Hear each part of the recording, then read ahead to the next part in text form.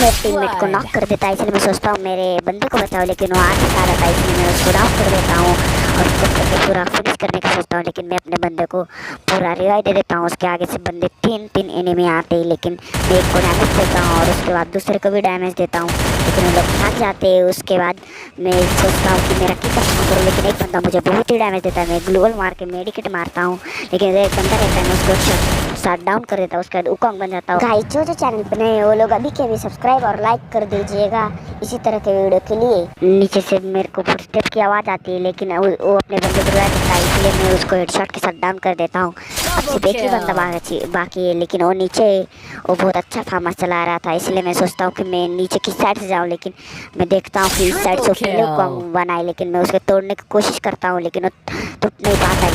मैं इस साइड से जंप खा लेता हूँ और देखता हूँ कि वो मुझे मार ना दे, वो मुझे डैमेज देता है और मैं उसी के साथ उसको मार डालता हूँ। थैंक्स।